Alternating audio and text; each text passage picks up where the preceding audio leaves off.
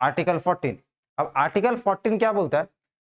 सबसे पहले तो ये समानता के अधिकार के अंतर्गत एक अधिकार है, मानते हो कि नहीं? कि राइट टू इक्वलिटी के अंतर्गत एक राइट है तुम्हारा, ठीक है ना भाई? तो ये क्या है आपका आर्टिकल 14। तो आर्टिकल 14 किसका बारे में बात करता है? समानता के बारे। तो दो तरीके का समानता का बात करता है। क्या क्या समानता? ये किसका बात करता है? समानता, ठीक है। और विधि के समक्ष समानता, ठीक है। और इंग्लिश बता देना जल्दी से हमको। और विधि का समान संरक्षण, विधि के समान, विधि के समक्ष समानता, देखिए बताना क्या है? विधि के समक्ष समानता और विधि का समान संरक्षण। ये क्या होगा? Equality, equality, yes, and equal protection of law, ठीक है। ले तुम क्या बोलते रखता है बीच बीच? इक्वल पर ज्यादा पढ़ रहा लगता है तुम्हें। ठीक है, चलो। हाँ, 3-4 जगह पढ़ ले रहा मतलब? अरे 3-4 नोट पढ़ रहा? अरे वाह, गजब तुम आदमी हो भाई।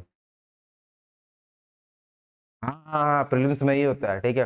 प्रीलिम्स में बहुत लोग हंसता है, बोलते हैं कि ये करना, ये एक स्टेट। हमको लगता है प्रीलिम्स में जितना क्वेश्चन से गो थ्रू हो उतना फायदा है, ठीक है ना? पीसीएस का कोई भी एग्जाम है। हाँ, मेंस में अपने आप को सॉलिडेट कर दे रहा है कि नहीं हमको बस यही पढ़ना है, ठीक है। लेकिन बाकी प्रीलिम्स में तुम जितना क्वेश्चन से गो थ्रू हो सकते हो उतना क्वेश्चन से गो थ्रू हो जाओ, ठीक है। तो फायदा होता है।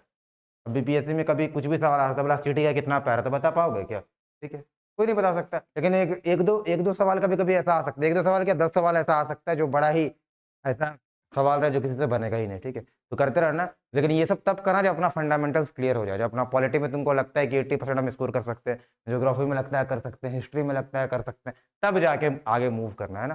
तो चलिए, ये दो दो पार्ट क्यों बी आर अम्बेडकर जी, ये दो पार्ट क्यों लेके आ गए? विधि के समक्ष समानता और विधि का समान संरक्षण, ठीक है। क्या जरूरत क्या था इस चीज का? तो देखो, सबसे पहले फालतू फालतू बहस मत पढ़ना मेरे साथ, ठीक है। फिर बहुत लंबा चल जाएगा ये पूरा का पूरा मामला, ठीक है। तो हम क्या करते हैं, और जब भी ये चीज बताते हैं तो लोग के अंदर बहुत ज्यादा अचानक से जोश आ जाता है कि भैया ऐसा कैसे, ठीक है।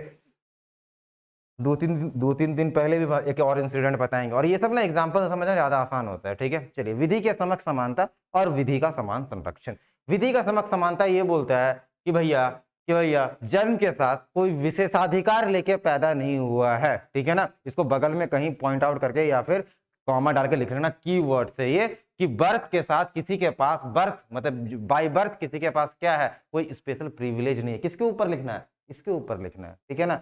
जन्म के साथ किसी के पास कोई विशेषाधिकार नहीं है, जन्म लेने के साथ कोई विशेषाधिकार के साथ पैदा नहीं होता है, कोई स्पेशल प्रिविलेज लेके पैदा नहीं होता है वो, ठीक है ना। कोई विशेषाधिकार लेके पैदा नहीं होता है, ठीक है ना। इसलिए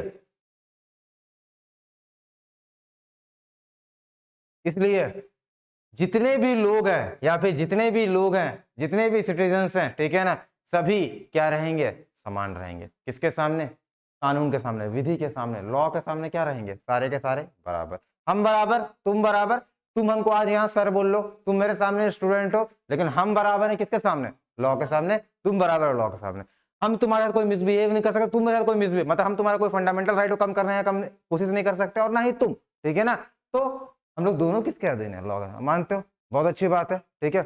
अब जब ये बात है तो मान लो एक कंपनी आई, ठीक है।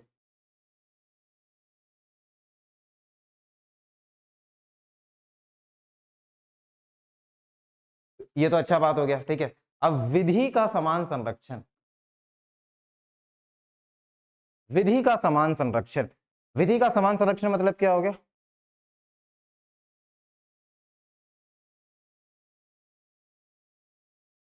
अभी हम बोले कि हम तुम्हारे सर है, ठीक है, तुम मेरे स्टूडेंट हो, ठीक है। तो हम लोग दोनों, भले तुम यहाँ को सर बोलो, लेकिन दोनों किसके अधीन है? एक लॉ के अधीन है, ठीक है ना। यहाँ मत्स्य न्याय नहीं चलता। मत्स्य न्याय मतलब क्या होता है? जिसके पास जो ज्यादा बाहुबली वो दूसरे को क्या कर ले? खा ले। तो इस तरह की यहाँ ऐसा नहीं चलता है, ठीक है। लेकिन यहाँ को क्या बोला, विधि का समान संरक्षण। तुम भी बेंच में बैठे हुए, ठीक है, हम खड़े होकर पढ़ा रहे हैं, ठीक है, हम भी बैठ सकते थे, ये मेरा फंडामेंटल राइट नहीं है क्योंकि ये मेरा एक ड्यूटी है, ठीक है। हम एक चेयर लगवा दिए यहाँ पर, एक बेहतरीन सा चेयर लगवा दिए, ठीक है। क्यों चेयर लगवा दिए, क्योंकि एक स्टूडेंट है, ठीक है, हम उसको वहाँ बैठा नहीं देना चाहते हैं और चाहते हैं वो वहाँ बैठे।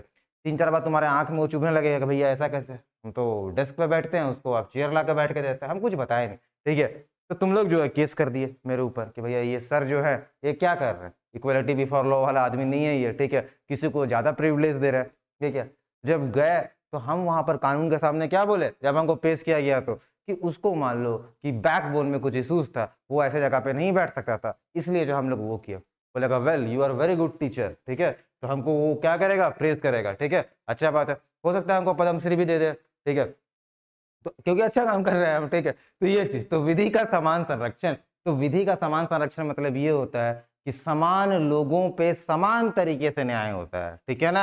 और दूसरे जो लोग हैं, असमान नहीं बोल सकते हैं उसको, जो दूसरे लोग हैं जो समान नहीं है, उस पर अलग तरीके से विधि का संरक्षण किया जाएगा। जैसे दिव्यांग जो लोग हैं, जो किसी भी तरीके के और घायल हो गए या दिव्यांग हो गए या फिर बाय बर्थ कुछ प्रॉब्लम है, तो वैसे लोगों के लिए हम स्पेशल प्रोविजन कर सकते हैं और उसमें कोई हमको टोक नहीं सकता है कि आप ऐसा करें। तो ये तो हम इस रिलेशन से बताया कि हम तो यहाँ पर आपका टीचर और स्टूडेंट के हिसाब से बताए। अगर सरकार भी ऐसा करेगी तो आप उसको मना कर सकते हैं क्या, नहीं कर सकते हैं मना, समझ में आया।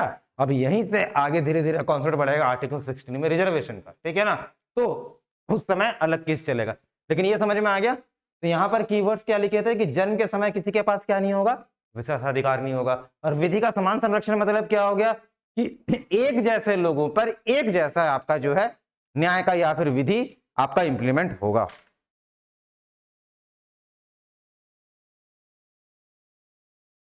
मतलब एक समान परिस्थितियों में एक समान जो है आपका चलेगा।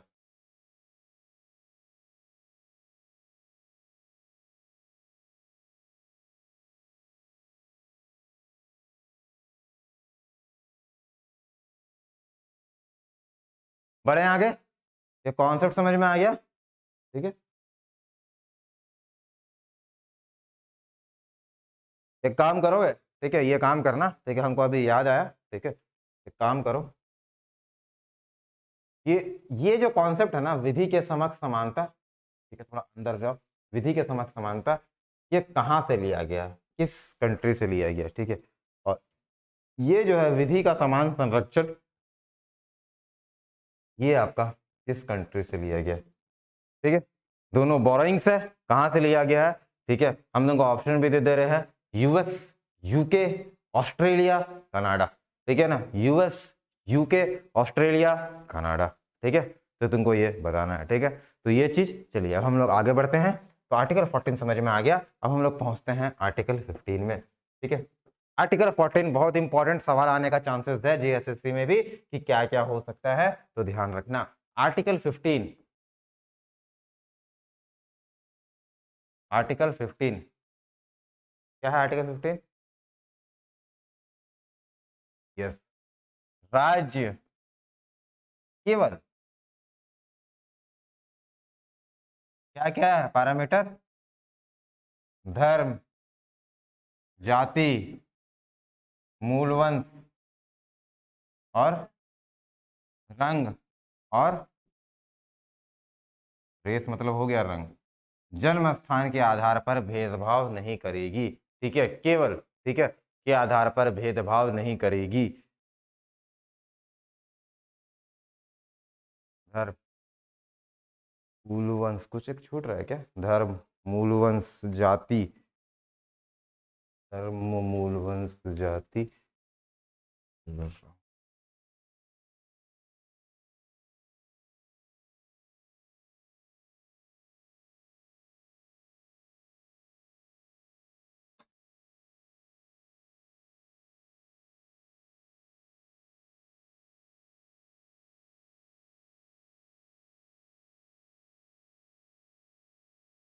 लिंक कर दो, हो गया।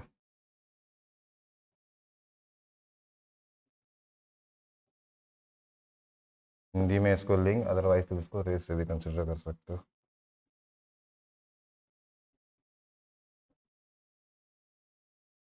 ठीक, on the basis of religion, caste, race, ठीक है, सेक्स एंड बर्थ प्लेस। आप इस बेसिस पे क्या नहीं कर सकते, डिस्क्रिमिनेट नहीं कर सकते किसी को, केवल इस बेसिस पे, ठीक है, केवल इस बेसिस पे। तो कितना बेसिस दिया हुआ है, 5 बेसिस। कितना बेसिस दिया हुआ है, 5 आधार। तो ध्यान रखना आर्टिकल 15 में डिस्क्रिमिनेशन का कितना आधार दिया गया, 5 आधार, कि केवल इस आधार पर आप जो है डिस्क्रिमिनेट नहीं कर सकते। मतलब अगर किसी के पास पैसा ज्यादा है तो आप डिस्क्रिमिनेट कर सकते हैं उसको, कर सकते हैं बिल्कुल, क्योंकि यहाँ लिखा हुआ है ही नहीं, ठीक है। क्या लिखा हुआ, केवल, केवल मतलब ही है केवल इस चीज पे आप डिस्क्रिमिनेट नहीं कर सकते। अगर मान लो कि तुम्हारे पास पैसा ज्यादा है, सामने वाला तुमको डिस्क्रिमिनेट कर रहा है, तो आप कोर्ट नहीं जा सकते। तो फिर डिस्क्रिमिनेट सहो ठीक है, कुछ ना पैसा कमाओ, कुछ लिखा हुआ ही है। अच्छा तुम जाओगे कोर्ट, कोर्ट वाला बोला कि तुम बोले मेरा फंडामेंटल राइट हनन हो गया, तो बोला कैसे, तो बोला कि हमको जो है आर्टिकल 15 के तहत ऐसा धोखा दिया गया। बोला क्या दिया गया, बोला मेरा पैसा कम था तो हमको जलील किया गया। तो बोला हम कुछ नहीं कर सकते, तुम लायक हो इस चीज के, क्योंकि तुम पैसा कमाया नहीं अब तक, ठीक है। तो ये चीज है। हाँ लेकिन अगर ज्यादा जलील कर दिया गया तो उसको कहाँ डाल सकता है, आर्टिकल 21 में। आर्टिकल 21 में क्या बोलता है, गौरवमयी जीवन जीने का अधिकार। तो गौरवमयी जीवन जीने का अधिकार में ऐसा नहीं कि भरी सभा भरी महफिल में तुम्हारा कोई भी बदनामी करके चला जाए, ठीक है। अब दोस्त लोग के साथ बैठ के पार्टी कर रहे हो, रात में कोई दोस्त कुछ बोल दिया, चले गया सुप्रीम कोर्ट, तो ऐसा नहीं होगा, ठीक है। तो उसका मर्यादा रखना है, कुछ कुछ बड़ा चीज है, ठीक। चलिए तो अब आगे बढ़ते हैं। आर्टिकल 15, केवल धर्म, जाति, मूलवंश, लिंग, जन्मस्थान के आधार पर किसी भी व्यक्ति से भेदभाव नहीं किया जाएगा। कोई चक्कर नहीं है कि लोग से आप भेदभाव कर सकते हैं। इसके बाद पहुंचो आर्टिकल 16। आर्टिकल 15 और आर्टिकल 16 को साथ साथ पढ़ना चाहिए। क्यों, क्योंकि आर्टिकल 16 बोलता है अवसर की समानता। आर्टिकल 16 क्या बोलता है, अवसर की समानता, ठीक है, अवसर की समानता। अवसर की समानता मतलब क्या होता है, अपॉर्चुनिटी। अपॉर्चुनिटी को तुम लोग क्या समझ सकते हो, जो भी अपॉर्चुनिटी या वैकेंसीज जो क्रिएट होते हैं उसके ऊपर। किस तरीके का वैकेंसी, प्राइवेट वैकेंसीज या government vacancies, government vacancies, yes. इसके अलावा और क्या अवसर हो सकता है, तुमको कॉलेजेस में एडमिशन लेना है तो, आईआईटी कॉलेज में एडमिशन लेना है तो, आईएम्स में एडमिशन लेना है तो, ठीक है। तो ये सब कुछ, तो ये तुमको ध्यान में रखना है। आर्टिकल 16 इज अवसर की समानता, अपॉर्चुनिटी, ठीक है।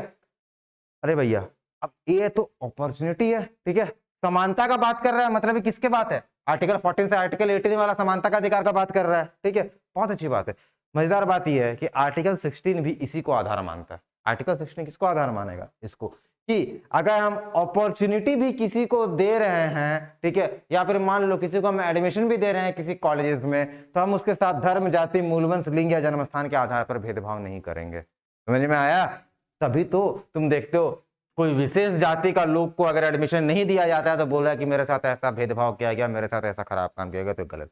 समझ में आ गया ना। तो ये सब कुछ, तो अवसर की समानता, तो आर्टिकल 16 जो आधार मानता है वो भी किसको मानता है, इस चीज को जो है आपको आधार मानता है। अब अगेन फिर से पैसा आपके पास अगर कम हो गया और बोलेंगे हम एडमिशन नहीं लेंगे, तो आप कुछ नहीं कर सकते, कॉलेज प्रशासन कुछ नहीं कर सकता, वो आपका मूल अधिकार का उल्लंघन नहीं समझा जाएगा। मूल अधिकार का उल्लंघन तभी समझा जाएगा क्योंकि आप किसी धर्म से हैं, क्योंकि आप किसी एक विशेष जाति से हैं, रेस से बिलोंग कर रहे हैं, कोई स्पेशल ट्रांसजेंडर हैं आप, लिंग मतलब ट्रांसजेंडर भी, किसी ट्रांसजेंडर के बाद कोई ट्रांसजेंडर जो है वो 80% स्कोर, 99% स्कोर लेके आ गया, लेकिन उसको lady Shri Ram college of commerce में एडमिशन नहीं मिला, तो इसका मतलब उसके साथ भेदभाव किया जा रहा है। क्योंकि अगर हम झारखंड से हैं तो हमको दिल्ली यूनिवर्सिटी कॉलेज में एडमिशन नहीं मिल रहा है, तो मेरे साथ भेदभाव किया जा रहा है। दैट इज अवसर की समानता, ठीक है। साथ ही जो भी वैकेंसीज क्रिएट होंगे, जो स्टेट कोई भी अगर वैकेंसीज क्रिएट करेगी तो उसमें भी अवसर की समानता को ध्यान में रखा जाएगा। अवसर की समानता में इसमें एक और क्लॉज जोड़ा गया, आर्टिकल 16 क्लॉज 4, और उसमें क्या बोला गया कि राज्य चाहे तो अपने राज्य के लोगों के लिए विशेष प्रावधान कर सकती है, आर्टिकल 16 क्लॉज 4, ठीक है, आर्टिकल 16। और यहीं से तुम्हारा रिजर्वेशन का भी कॉन्सेप्ट आता है, आर्टिकल 16 क्लॉज 4, आर्टिकल 16 क्लॉज 4। राज्य चाहे तो अपने राज्य के लोगों के लिए विशेष प्रावधान कर सकती है, राज्य चाहे तो अपने राज्य के लोगों के लिए विशेष प्रावधान कर सकती है। राज्य के लोगों में कौन लोग, पिछड़ी जाति वगैरह जो भी लोग हैं, इन सब के लिए, ठीक है।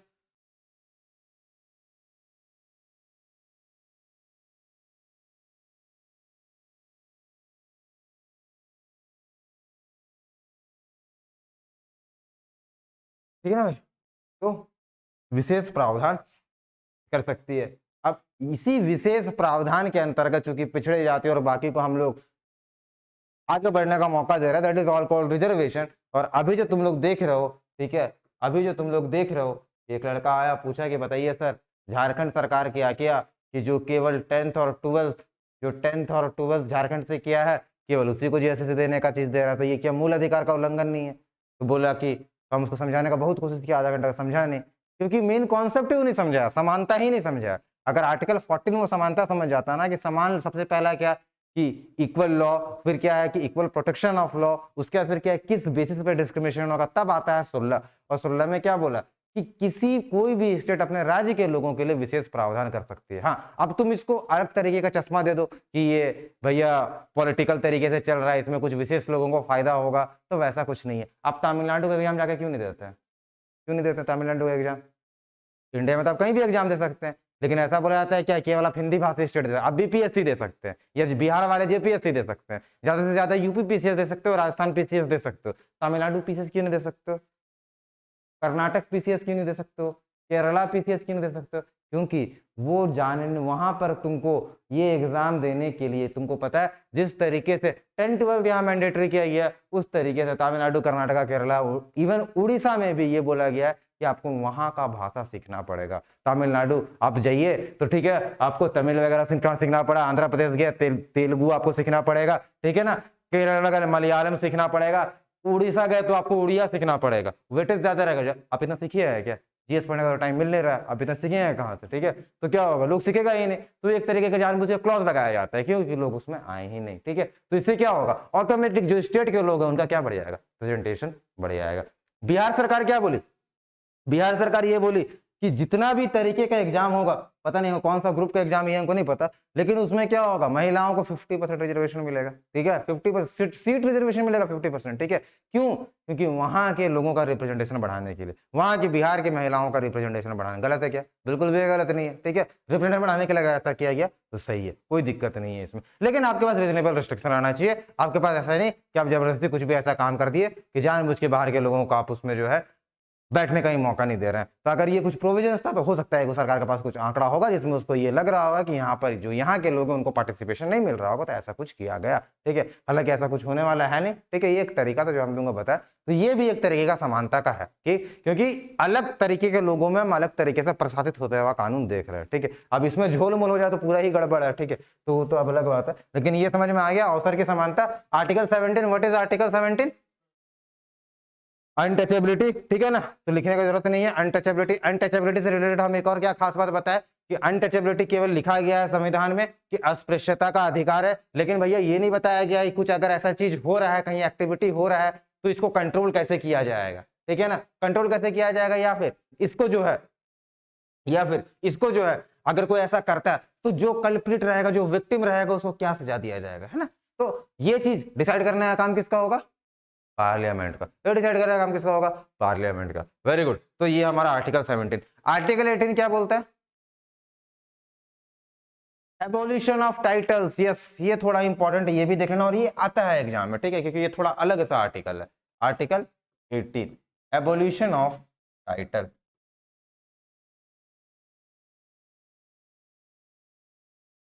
एवोल्यूशन ऑफ टाइटल्स, ठीक है ना, किसी भी तरीके के उपाधि ग्रहण पर निषेध, उपाधियों पर निषेध। इसका मतलब क्या हुआ, खुद को आप स्पेशल कोई टाइटल नहीं दे सकते हैं, ठीक है ना। जैसे एक आदमी थे, उनका नाम क्या था, विलियम बैंटिक, है ना भाई, विलियम बैंटिक, ठीक है ना। एक एक आदमी थे, उसका नाम था कर्जन, उनका नाम क्या था, कर्जन। अब क्या हुआ कि ब्रिटिश तरीके से इनका नाम रख दिया गया लॉर्ड विलियम बेंटिंग, इनका नाम क्या रख दिया गया, लॉर्ड कर्जन। माउंटबेटन का नाम क्या रख दिया गया, लॉर्ड माउंटबेटन, ठीक है ना। लॉर्ड मतलब एक लॉर्ड तरीके से उनको हम दर्जा दे दिया गया। उससे क्या होगा, जब भी वो एक रियल लाइफ में जाएगा, ठीक है ना, तो ऑटोमेटिक ये लगेगा कि ये बहुत बड़ा आदमी है, तो कहीं ना कहीं समानता का अधिकार का उल्लंघन हुआ कि नहीं, ठीक है। अब मान लो हम आ गए, अब यहाँ पर है लॉर्ड अरविंद, रांची में छा गया लॉर्ड अरविंद, ठीक है ना, तो अब क्या सब कोई बोलेगा क्या कि ये अरविंद सर नहीं, ये लॉर्ड है, ठीक है, ये पढ़ाएंगे तो कुछ ऐसा आशीर्वाद देंगे कि सब कुछ क्या हो जाएगा, clear, Lord, he is Lord. तो गलत है ना भाई सर, ठीक है, तो उससे क्या होगा, मेरा भी अधिकार का हनन, ठीक है ना, मेरा गरिमा को ठेस पहुंचेगा भाई, कुछ भी होगा, आशीर्वाद गलत पड़ गया दिक्कत, ठीक है। और सामने वाला जो है वो भी बोलेगा भाई हम तो इसको लॉर्ड माने थे, ये तो आम आदमी निकला, ठीक है। तो ऐसा नहीं होना चाहिए, तो ये इसलिए बोला ये टाइटल नहीं, ठीक है। और भी जो सर, महाराज, पहले ये सब टाइटल लगाया करते थे जमींदार, क्यों? क्योंकि अपना एक थोड़ा सा ये दिखाने के लिए, रसूख दिखाने के लिए कि भैया हम भी बड़े आदमी, तो बोला ऐसा नहीं किया जा सकता है, ठीक है। यहां तक कि कोई पद्म श्री, पद्म भूषण, हालांकि ये टाइटल्स लेने पर रोक नहीं है, आप ले सकते हैं, लेकिन उसका नाम आप पहले यूज नहीं कर सकते। सपोज मान लो अगर पद्म श्री मिल गया या पद्म भूषण मिल गया या भारत रत्न मिल गया, तो हम इसको नहीं बोल सकते कि भारत रत्न अरविंद, ऐसा नहीं लिख सकते, ठीक है। आप उसको पता होना चाहिए, ठीक है, लेकिन आप उसको एज ए टाइटल हर जगह आप जो है आप उसको यूज नहीं कर सकते। That is all about article 18, ठीक है। आर्टिकल 18 में दो बात याद रखना, ठीक है। पहला बात हम तुमको बताया कि पद्म श्री, पद्म भूषण, भारत रत्न जैसे सम्मान को हम लोग आर्टिकल 18 से बाहर नहीं करेंगे, पहली बात। दूसरी बात क्या कि कोई भी आदमी टाइटल एक्सेप्ट नहीं करेगा, किस तरीके का टाइटल, लॉर्ड, जो बड़ा बड़ा टाइटल है, सर जी, महाराज, ये सब टाइटल एक्सेप्ट नहीं करेगा। तीसरा, अगर कुछ इस तरीके का प्रावधान होता है तो आर्टिकल 18 में हम तुमको बता चुके हैं, संसद क्या करेगी, कानून बनाएगी उस चीज को रोकने के लिए या फिर उसको पनिश करने के लिए। क्लियर है भाई? चलिए देखिए, अब सीधा लिखते हैं हम लोग आर्टिकल 19। आर्टिकल 19 कितना कुछ है, आर्टिकल 19 में कितना कुछ है आर्टिकल 19? आर्टिकल 19 मतलब ये कहीं ना कहीं हम लोग फ्रीडम में पहुंच गए, मानते हो कि नहीं इस बात को, ठीक है। हम लोग कहीं ना कहीं कहां पहुंच गए, फ्रीडम में पहुंच गए। फ्रीडम मतलब कहां, आर्टिकल 19 से कहां तक, आर्टिकल 22 तक, ठीक है। अब जल्दी जल्दी तुम लोग बताओ कि आर्टिकल 19 में कौन कौन सा अधिकार दिया हुआ है। आर्टिकल 9, इसको ऐसे लिखा जाता है, आर्टिकल 19 क्लॉज 1A, बताइए क्या लिखा हुआ है। स्पीच, इसको क्या बोलेंगे हिंदी में, वाक एवं अभिव्यक्ति की स्वतंत्रता का अधिकार, वाक एवं अभिव्यक्ति, ठीक। इसको हम लोग क्या बोले, स्पीच एंड एक्सप्रेशन, ठीक है भाई। आगे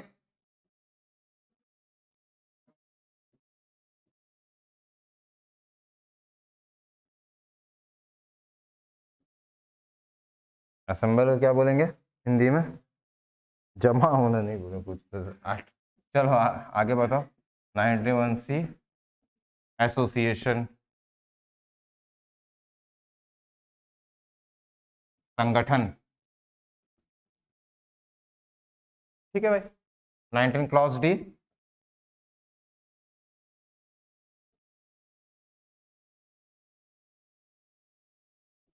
निवास, ठीक है भाई। आगे 19 ये मूवमेंट है ना, ये मूवमेंट होगा ना,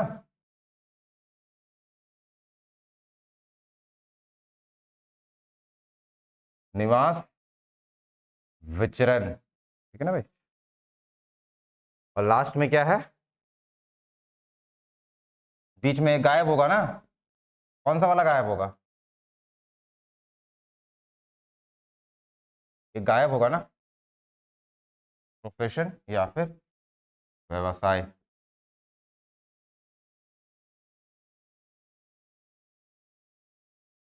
प्रोफेशन या फिर व्यवसाय,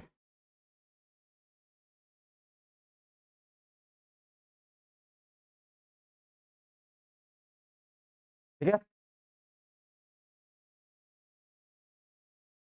तो चलिए, ये आपका पूरा कितना राइट हो गया, 1 2 3 4 5 6 राइट, कितना राइट हो गया आपका टोटल, 6 राइट।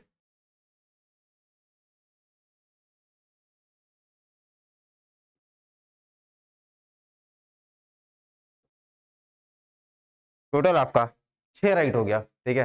असेंबल, कई बार एक साथ इकट्ठा होने का जो आपका अधिकार रहेगा, ये सब कुछ, लेकिन विदाउट वेपन्स, विदाउट वेपन्स, ठीक है। अब वाक एवं अभिव्यक्ति की स्वतंत्रता के अंतर्गत क्या क्या आ जा सकता है, यहाँ पर एक चीज और आपका ऐड किया गया। अगर ये पूछा गया कि प्रिंट मीडिया और सोशल मीडिया का जो आपका अधिकार है वो किसके अंतर्गत है, तो आर्टिकल 9 प्रिंट आपका वाक, स्पीच एंड एक्सप्रेशन, तो प्रिंट मीडिया, ठीक है ना, और जो आपका इलेक्ट्रॉनिक मीडिया, प्रिंट मीडिया और इलेक्ट्रॉनिक मीडिया, जो भी अधिकार है वो आपका किसके अंतर्गत आ जाएगा, आर्टिकल 19 आपका ये वाला जो अधिकार है वाक एवं अभिव्यक्ति की स्वतंत्रता, इसके अंतर्गत आपका आ जाएगा। एसोसिएशन, संगठन बनाना है, संगठन बनाने के अंतर्गत सबसे इंपॉर्टेंट आपका एक आर्टिकल आता है जिसमें हम लोग क्या बनाते हैं, कोऑपरेटिव सोसाइटी। और अभी एक कोऑपरेटिव मिनिस्ट्री भी बना है, ठीक है ना, कोऑपरेटिव सोसाइटी। डायरेक्ट पूछा जाएगा ये कोऑपरेटिव सोसाइटी किसके अंतर्गत है, तो आर्टिकल 19 क्लॉज 1C के अंतर्गत है आपका, ठीक है ना।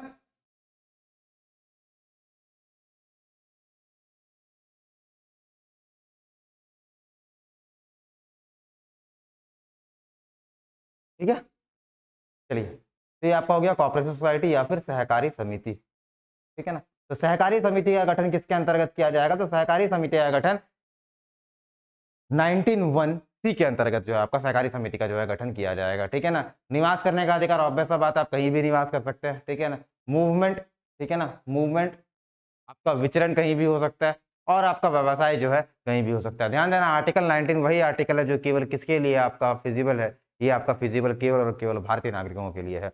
अगर आप विदेशी नागरिक हैं और अगर आप अचानक से कोई यहाँ पर व्यवसाय करना चाहते हैं, किसी भी जगह के पर अचानक से आप मूवमेंट करना चाहते हैं, तो आपको एक स्पेशल परमिशन लेने का जरूरत पड़ेगा। समझ में आ गया ना। हालांकि आप घूम तो सकते हैं आपके एक बेसिक राइट्स के थ्रू एज अ टूरिस्ट, ठीक है, लेकिन एक लिमिटेड पीरियड ऑफ टाइम, जो टूरिस्ट आते हैं उनको ही पता ना, वो हमेशा टूरिस्ट बन के नहीं घूम सकते, उनका टाइम पीरियड वीजा लिमिटेड रहता है, कितना टाइम तक के लिए आप इंडिया में रहेंगे, और प्रॉपर जो है वो पूरा जो आपके रास्ते जो एम्बेसी है उसके निगरानी में रहते हैं, तो कुछ भी आप ऐसा नहीं कर सकते हैं, ठीक है, तो आपको ध्यान में रहना चाहिए। तो ये आपका पूरा का पूरा हो गया आर्टिकल 19। अब जो है कुछ कुछ चीज आता है वाक्य एवं अभिव्यक्ति की स्वतंत्रता में, की मतलब एक्सप्रेशन मतलब क्या है, तो एक्सप्रेशन मतलब हर वो कुछ हो जाता है जिसमें आप अपने आप को एक्सप्रेस कर रहे हैं, जैसे कि फ्लैग होस्टिंग भी एक तरीके का क्या है, एक्सप्रेशन। फ्लैग होस्टिंग ये भी आपका क्या, एक तरीके का एक्सप्रेशन। इसको कहां रखेंगे, आर्टिकल 19(1) क्लॉज है। चुप रहने का अधिकार या मौन रहने का अधिकार भी क्या है, अपने आप में एक एक्सप्रेशन। मौन रहने का अधिकार, हम सवाल पूछे तुम जवाब नहीं दे रहे हो, ठीक है, तो हम तुमको मार नहीं सकते हैं क्योंकि तुम्हारा फंडामेंटल राइट है, क्या हो जाएगा, उल्लंघन हो जाएगा। क्यों, मौन रहने का अधिकार, बोला कि सर ये तो मेरा अधिकार है, ठीक है ना, फंडामेंटल राइट्स, ठीक है ना। तो ये क्या है, आर्टिकल 19 क्लॉज, ठीक है, ये सब कुछ, ठीक है। तो ये सब कुछ सबसे पहले क्या, प्रिंट मीडिया इलेक्ट्रॉनिक मीडिया किसमें गया, आर्टिकल 19 क्लॉज 1A में। कोऑपरेटिव सोसाइटी किसमें गया, आर्टिकल 19(1) क्लॉज C में। इसके बाद जो है आपका झंडा फहराने का अधिकार, शांत रहने का अधिकार, बोलने का अधिकार, चिल्लाने का अधिकार, ठीक है, लेकिन इतना भी नहीं चिल्लाना कि सामने वाला परेशान हो जाए, तो ये इसलिए तो बोला ना फंडामेंटल राइट, इसलिए तो ये क्या, मौन रहने का अधिकार, ये सब कुछ आपका क्या है, वाक्य एवं अभिव्यक्ति में आ जाएगा, ठीक है। बाकी क्लियर है इतना पूरा का पूरा सिस्टम, अब समझ में आ जाएगा, एग्जाम में ट्रेस कर लोगे, ठीक है, ये अच्छे से तुमको याद कर लेना। चलिए आगे बढ़ लेते हैं, ठीक है। एक चीज हमको चेक कर लेना तुम लोग, ठीक है, ये दिमाग से मेरे निकल रहा है कि जो आपका जो प्रॉपर्टी वाला राइट था, ठीक है ना, वो 19F में था या 19G में था, ठीक है, क्योंकि देखो हम ई के बाद स्किप किया ना एक, ठीक है ना, तो यहाँ पर जो आर्टिकल था उसको हटा दिया गया था 44 अमेंडमेंट, तुमको पता है, तो एक बार वो चेक कर लेना वो 19F में था या 19G में था, ठीक है ना, श्योर शॉट, ठीक है, ये तो गड़बड़ा जाएगा, यहाँ तक तो ठीक है, ठीक है, आगे बीच में कहीं पर तुम्हारा हल्का सा हो सकता है कि गड़बड़ होगा, ठीक है। और वो जो आपका बियर एक्ट वाला आज मेरे पास है नहीं, तो हम चेक नहीं कर पा रहे, ठीक है, तो वो देख लेना एक बार, ठीक, चलिए आगे बढ़ते हैं, बता देना नेक्स्ट क्लास में, ठीक है। चलिए आर्टिकल 20 एनीथिंग इंपॉर्टेंट, ठीक है, एज सच जो हमको पढ़ने के लिए बहुत ज्यादा जरूरी है, बिल्कुल भी वैसा कुछ नहीं है, ठीक है। आर्टिकल 21 में हमको दो तीन चीज देखना है, ठीक है, आर्टिकल 21, ठीक है, आर्टिकल 21 क्या बोलता है, प्राण एवं दैहिक स्वतंत्रता का अधिकार, कि आपका जो है किसी भी कोई आपसे ऐसा इस तरीके से, ऐसा नहीं कल को अचानक कोई आया और आपका जो है प्राण छीन लिया, जान छीन लिया, ठीक है, ऐसा नहीं हो सकता। तो कुछ आपका प्रावधान के तहत ही ऐसा किया जा सकता है, लेकिन इसकी चीज को सिर्फ यहीं तक सीमित नहीं रखा गया, सिर्फ यहीं तक सीमित नहीं रखा गया कि प्राण एवं दैहिक स्वतंत्रता, कि मेरा प्राण और उस प्राण को किसी भी तरीके कोई ले रहा है तो वो तो गलत बात है। तो प्राण दैहिक स्वतंत्रता का अधिकार को सिर्फ इस बात तक सीमित नहीं रखा गया कि ये एक तरीके से एक विधि के तहत जो है आपको वो चीज लिया जा सकता है, जो भी है, ठीक है, लेकिन इसमें बोला गया कि गौरवमयी जीवन जीने का जो अधिकार रहेगा वो भी आपका प्राण एवं दैहिक स्वतंत्रता के अधीन रहेगा। सबसे इंपॉर्टेंट, गौरवमयी जीवन, ठीक है, गौरवमयी जीवन। गौरवमयी जीवन मतलब क्या हो गया कि आपके पास शिक्षा का अधिकार होना चाहिए कि नहीं होना चाहिए, आपके पास शिक्षा का अधिकार होना चाहिए, और शिक्षा का अधिकार होने के साथ साथ आपके पास क्या होना चाहिए, हर वो राइट्स होना चाहिए, ठीक है, जिसके अधिकार, या फिर इसको हम लोग बोल सकते हैं आपके पास कुछ मानवाधिकार होना चाहिए, ठीक है ना, कुछ ह्यूमन राइट्स होना चाहिए, और ऐसे ह्यूमन राइट्स होना चाहिए जो आपको भरी महफिल में जलील होने से बचा सके। तो ये जो सब कुछ है आर्टिकल 21 का डायमेंशन बहुत ब्रॉड किया गया, और किस जजमेंट के बाद इस डायमेंशन को ब्रॉड किया गया, तो ये जो डायमेंशन को ब्रॉड किया गया, ये डायमेंशन था आपका मेनका गांधी जजमेंट, गोपालन उपालन पहले था, ठीक है ना। तो जैसे कि होता है मेनका गांधीवाद, ठीक है, तुम पूरा पढ़ सकते हो, मेनका गांधीवाद। तो मेनका गांधीवाद के बाद जो है पूरे के पूरे जजमेंट में ये बोला गया कि प्राण एवं दैहिक स्वतंत्रता का मतलब सिर्फ प्राण एवं दैहिक अपने प्राण या जीवन से मतलब नहीं रहेगा, मतलब कि एक प्राइडफुल जीवन जीना, शिक्षा का अधिकार, ये भी मतलब रहेगा। और इसलिए हम लोग क्या करते हैं, 86 कॉन्स्टिट्यूशनल अमेंडमेंट के बाद, 86 कॉन्स्टिट्यूशनल अमेंडमेंट के बाद राइट टू एजुकेशन को किसमें सम्मिलित कर लेते हैं, आर्टिकल 21 में, और एक नया आर्टिकल बना देते हैं आर्टिकल 21 के अंदर, आर्टिकल 21 क्लॉज ए। क्लियर, ठीक है, दैट इज शिक्षा का अधिकार, ठीक है। क्योंकि एक गौरवपूर्ण जीवन वही आदमी जी सकता है जिसके पास शिक्षा का अधिकार हो, ठीक है ना, जो सही तरीके से शिक्षा पा रहा हो। क्लियर है भाई?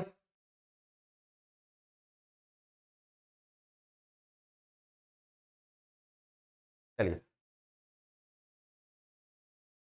एक लास्ट देखते हैं, ठीक है, फिर खत्म करेंगे, ठीक है।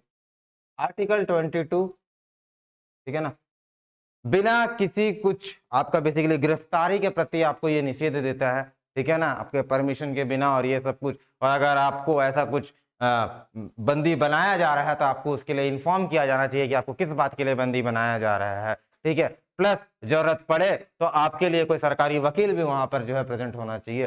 प्लस मजिस्ट्रेट के सामने जो है पेश करने का समय भी रहना चाहिए। ऐसा नहीं कि आपको फुल टाइम लॉकअप में ही डाल के रखा है, मजिस्ट्रेट को इन्फॉर्म भी नहीं किया। तुम भी कुछ सोचो ना, हम यहाँ से जा रहे हैं, हमको पुलिस उठा लिया, हमको बताया ही नहीं कि आपके साथ क्या किया जा रहा है, ठीक है, हमको यहाँ पर रख लिया गया और ना ही मजिस्ट्रेट को इन्फॉर्म किया गया, ना ही हमको किसी वकील से मिलने का मौका दिया गया, तो गलत बात है ना भाई, ठीक है। और आर्टिकल 22 में एक और बात बताया गया है, प्रिवेंटिव डिटेंशन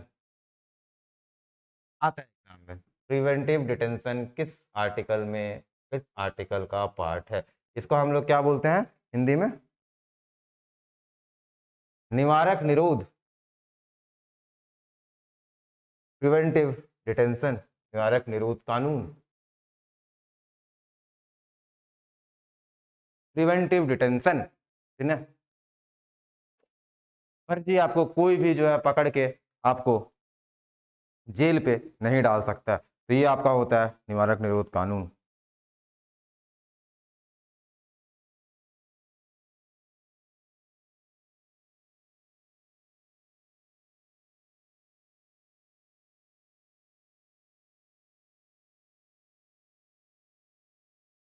ठीक है भाई, बहुत बार तुम देखते हो निवारक निरोध बेसिकली एक तरीके का, जब उस तरीके का कानून बनाया जाता है जब ये देखा जाता है कि भाई किसी भी तरीके का कुछ, किसी भी तरीके का, किसी भी तरीके का कुछ ऐसा कुछ हो जाए कि हमको ये लगे कि भैया उस समय का कानून व्यवस्था थोड़ी देर के लिए गड़बड़ा सकता है, तो हम लोग क्या करेंगे, निवारक निरोध का इस तरीके का कुछ सिस्टम लेके आ सकते हैं। जैसे कहीं पर आंदोलन चल रहा है तो तुम देखते हो कि बहुत बार क्या करते हैं कि नेता मंत्रियों को एक साथ जो है बैठ के एक बस में डाल दिया जाएगा और उनको कहाँ डाल दिया गया, लॉकअप पे, लेकिन जो है उनको छोड़ दिया जाता है। तो एक तरीके का प्रिवेंटिव डिटेंशन कुछ तरीके का ऐसा आपका चलता है। लेकिन अगर आप किसी को इस तरीके का प्रिवेंटिव डिटेंशन में डाल देते हैं सिर्फ ये बताते हुए कि ये आपके कानून में आगे के लिए या फिर आगे आपकी व्यवस्था में खतरा पैदा कर सकता है, तो उसको आप 3 महीने से अधिक समय तक लॉकअप पे नहीं रख सकते हैं, ये बात याद रखना। 3 month equal to 90 days, 90 days से ज्यादा समय तक आप उसको नहीं रख सकते हैं। That is all about preventive detention in article 22। समझ में आया क्या था प्रिवेंटिव डिटेंशन, ठीक है ना। ये कहीं ना कहीं स्वतंत्रता का तो अधिकार का हनन ही तो हुआ ना, आपको उठा के कोई जेल में डाल दिया, आपको कुछ बता ही नहीं रहा है कि क्या करना है, ठीक है ना। अगर ऐसा हो जाता तो आप उसको 3 महीने से ज्यादा समय तक नहीं रख सकते हैं, और अगर रख दिए 3 महीने से ज्यादा समय तक तो क्या करना पड़ेगा, अल्टीमेटली हम कोर्ट जाएंगे तो कोर्ट ये बोलेगा कि आप इसको बिना नोटिस, बिना किसी सजा के, मतलब कोई भी है तो अपराधी नहीं है, बिना अपराधी, बिना एविडेंस का आप इसको रख लिए तो ये गलत किए हैं, तो इसका अधिकार का हनन कर रहे हैं, तो आपको इसको छोड़ना पड़ेगा। That is all about preventive detention, ठीक है। चलिए आज हम लोग